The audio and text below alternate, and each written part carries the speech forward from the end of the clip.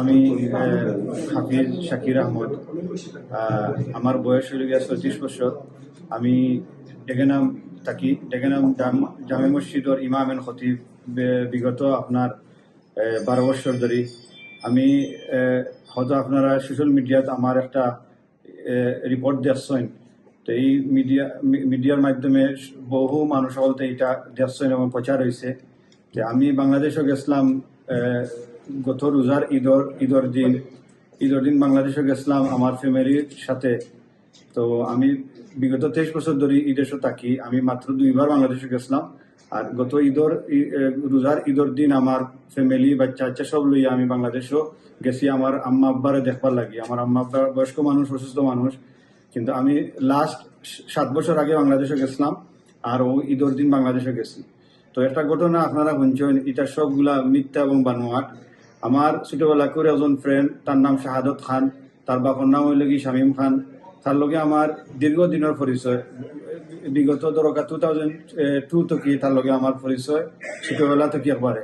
তো আনটিল 25 পর্যন্ত ঈদর বাদে যে তার লগে আমার দেখা হয়েছে, এই পর্যন্ত তার লগে আমার বালা সম্পর্ক, বালা মাত হয়েছে। তো আমি ঈদর দিন বাংলাদেশে গেছি। ঈদর 3 দিন পরে হ্যাঁ আমার হঠাৎ করে দেখছে আপনার রাস্তার মধ্যে আমার মেয়েরে লিয়া যাইতাম আমি হসপিটালও। আমার আম্মা, আমার বাগনা, আমার বড় ছেলে, আমার মেয়ে, তারারে লিয়া আমি হসপিটাল যেতাম। তো আমার লগে আইয়া মাতিছে, কুলাকুলিও করছে। লগে একটা ছেলে আছে জুয়েল নাম, পাড়ার থাকে। তো হ্যাঁ আমার করছে। তো করিয়া আমার লগে করে তারা আমি এখানে হইলাম মানুষ আইলাম, অর্থাৎ বাচ্চাটা বালাবুড়া হইয়া তার গেছে কি। আর তার লগে আমার একটা পয়সার লেনদেন আছিল 1 বছর আগে, আমার 1 লাখ টাকা নিচ্ছে। ওগুর কথা হয়ে মারছে অনুমানে, আমার আম্মায় শুনছেন। 2 সপ্তাহ গেছে আপনার, হঠাৎ করে বুধবারই দিন আমি দরকা বুধবারের দিন আমি বাসার মাঝে, তো একটা আমার আম্মার কাছে একটা ফোন আইছে। ফোন আইছে তো বলে আমি এই সময় ঘুমো আসলাম। তো ফোন আইছে তো হয়েছে যে ওলা যে শাকিরের ওয়াইফের লোকে মাত্র স্যার এখন মানছে। আমি আসলে ঘুমাস, আমার আম্মা ডাকছেন না, কইছেন যে আমার তো ছেলে এখন ঘুমাই দিছে, ডাকলে আপনার নম্বরে ফোন করতো।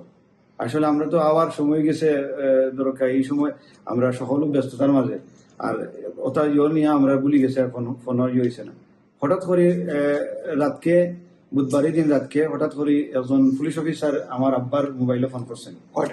দরকা অ্যাবাউট 8:30 ওলা খান ফোন করিয়া মানে আমার আব্বার লগে মাত্তা চাইছেন।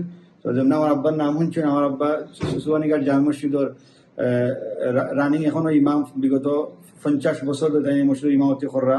এখন সকলে চিনে হাফিজ মৌলানা মঞ্জুর আহমদ ময়নামিয়া মসজিদের ইমাম সাহেব। তো হঠাৎ করে আমার আব্বার নাম দেখিয়া এই পুলিশ অফিসারে আর করছেন না, আর আমার আব্বারে মাত্তা চাইছেন না, করতে চাইছেন না। এলাকার আমরা আগ্রা কমিটি সেন্টারের আমরা একজন ভাই আর কি, থান গেছে, থান মাতিছেন যে এই তো হুজুর তো খুবই নামি দামি, আমরা তান পিছনে নামাজ পড়ি, সে স্থান ছেলের উপরে একটা কমপ্লেন একজন মহিলায় দিছে, সে থান লোক একটু মাতলাম চাই একটু করবানি। ও আমার তাই ফোন করছেন, আমি গেছি তার অফিসে। তো এই সময় SI সাহেব আইসেন, আইয়া আমার লোকে মাতিছেন, আমার জিজ্ঞাসেন আমার নামটাও সবটা। তো যে কমপ্লেন গুলা মহিলা করছেন, এই কমপ্লেনের সাথে আমার কোনো জাতর মিল নাই এবং কোনো জড়িত নাই আমি। তো SI সাহেব দেখিয়া কি আমার ফোনের মাঝে একটা ভিডিওর কথা কইছেন। তা আমি লগালো আমার ফোন স্যারের কাছে দিয়া কইছে, স্যার আপনি দেখো তাই বিগত 1 আওয়ার আমার ফোনের মাঝে চেক করছেন, কোনো জিনিস পাইছেন। অভিযোগটা দেওয়াইছে বলে আমি বিগত 2014 সালে বলে আমি আমার এই যে ফ্রেন্ডর বোন বলে ফাতেমা নাম, তার বোনের চিনিও না জানিও না। আমি জানতাম তার বোন একটা ছোট আছে 3 বছর, আমি ছোট হাতে যাচ্ছিলাম 3 বছর, তার নাম আছিল সুনিয়া। কিন্তু ফাতিমা নামের কোনো মহিলা আমি চিনি না জানিও না। তারা আমার প্রশ্ন করছেন, আমি বলছি জি না, আমি তো ফাতিমা আমার আসলে চিনি না। হঠাৎ করে আমি আপনার জানতে বাপর নাম কিতা, তো বাপর নাম কইছে শামীম খান। ও আমার একটা মাইন্ড আছে এটা শাহাদত খান নি তার ভাই, বলে জি জি শাহাদত খান। ও আমি বুঝছি লোকাল, আমি স্যারের কাছে স্যার গতকালকে আমার এরকম হে ফোন দিছিল, দিয়ে আমার কাছে পয়সা দাবি করছে, যে আমি তারে করছি না, এরপর থেকে আমার থ্রেটিং বেটিং দেয়। তো স্যারে করিয়া ও চেক করিয়া সপ্তাহে করে টাইম গেছেন গিয়া। পয়সা দাবি করবো কেন? পয়সা 1 লাখ টাকা আমি আমার কাছ থেকে নিয়েছিল ধরেন 2025-এ এই থেকে। আমি সময় লন্ডনে ছিলাম।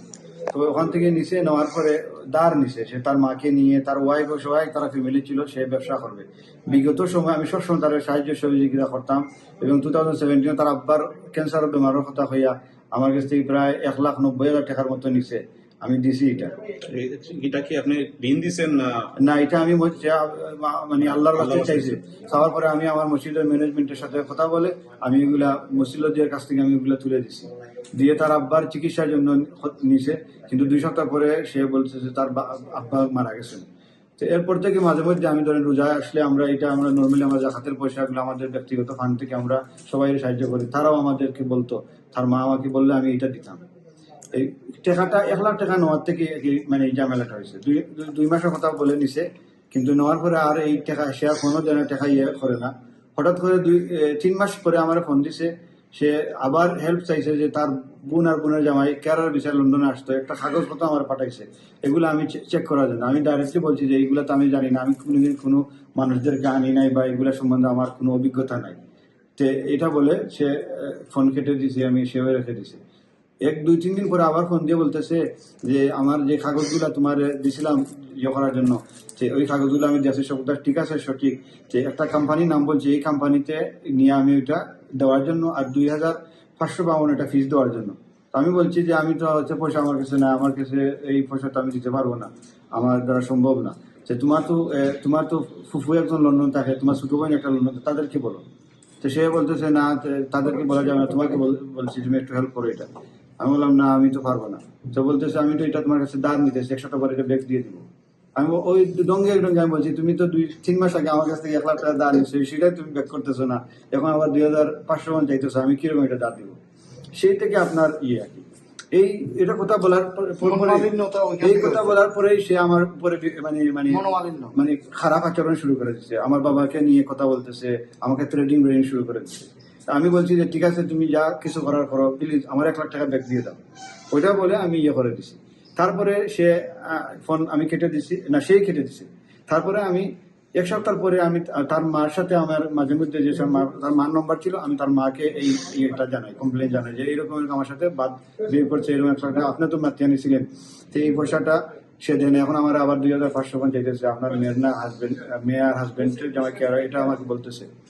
তো মা বলতেছে বাবা আমি এটা দেখে দিব। উনি আমাকে আশ্বাস দিয়ে বলছেন দেখে দিবেন।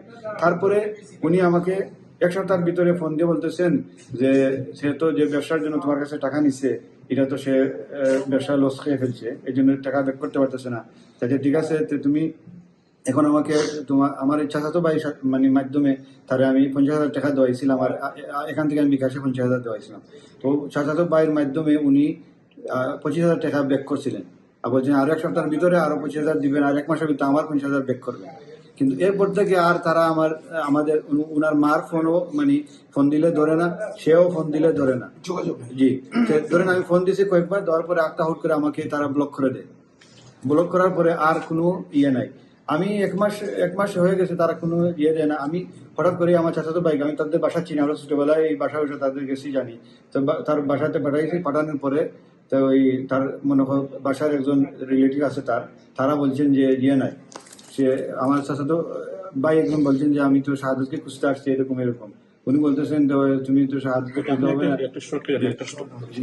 বলেন আসার আগে আপনি কত টাকা আপনার কাছে চাইছে এইটা বলেন। প্রথমে আপনার এলাকা, কার এলাকাটা কোথায় ওইটা বলি। আমার বাসা হইল গিয়া সুবানীঘাট, আমার গ্রামের বাড়ি হয়েছে গিয়া গোলাপগঞ্জ বাগা সাবর মোল্লা, আমি সাবর মোল্লার, আর আমরা বাসা হইল সুবানীঘাট। আর শাহাদত তার বাসা হইল কি দুফাদিগির ফার, কিন্তু দুফাদিগির ফার টাকা লিখিত বসে সুবানীঘাট আপনার আমরা আব্বার মসজিদের লাগে একটা বিল্ডিং আছে, ময়নামিয়া সবার বিল্ডিং এর 3 তলা তারা থাকতো, কলোনি থাকতো। পুলিশ জিজ্ঞাসাবাদের আগের দিন আপনাকে ফোন দিয়েছিল, আপনি একটু আগে বলেন সেই ঘটনাটা। সেদিন আমরা ধরেন মার্চের 21 তারিখে বাংলাদেশে গেছি, আর 11 তারিখে আমরা ব্যাক করবো। তো এর 2 দিন আগে বুধবার ছিল, বুধবারে হঠাৎ করে রাতকে আমাকে মানে কল দেওয়া শুরু করেছে। এরপরে আমারে মানে ভয়েস মেসেজ দিয়ে আমি ফোন করার জন্য, এরপরে হুট করে দেখি সে ভয়েস মেসেজ দিয়ে বলছে যে তুমি তো দেশে যেতে পারবা না, তোমাকে আমি একটাই তোমার আব্বার 50 বছরের ক্যারিয়ার আমি নষ্ট করবো, ইমামতি তোমার আব্বা মান সম্মান যাবে, তুমি বিএমপির আর কি মিফতাহুল কবির মিফতা নাম একজন বলছে, সে বিএমপি করে, আর এটা আমার দামকি মানে ভয়েস মেসেজের মধ্যে দিছে, দিয়ে বলতেছে আমি 5 লক্ষ টাকা তারে দেওয়ার জন্য, না হইলে আমার সব মান সম্মান নষ্ট করবে। আমি আর এগুলা এত না করে, এই যে একটা ছেলে থাকে আমাদের এরিয়াতে, তার সাথে থাকে ওই রুয়েল নামের একটা ছেলে, সে বলে জামাত না কি করে আমি জানি না, আমি কোন দল টল এগুলো জানি না। সে আমাকে একদিন বলছে সে জামাত করে।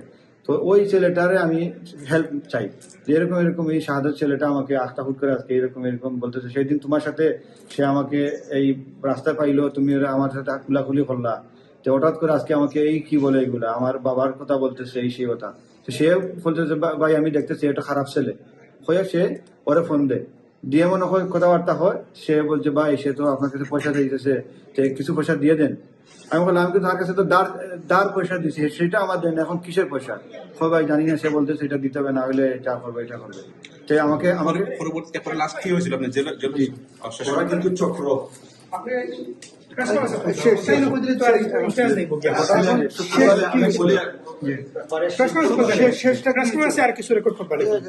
হঠাৎ করে শুক্রবারে আমার বাসা 3 জন সিভিল ড্রেসে পুলিশ অফিসার আসে বলছেন যে আমার সাথে কথা বললো, আম্মাকে বলছেন।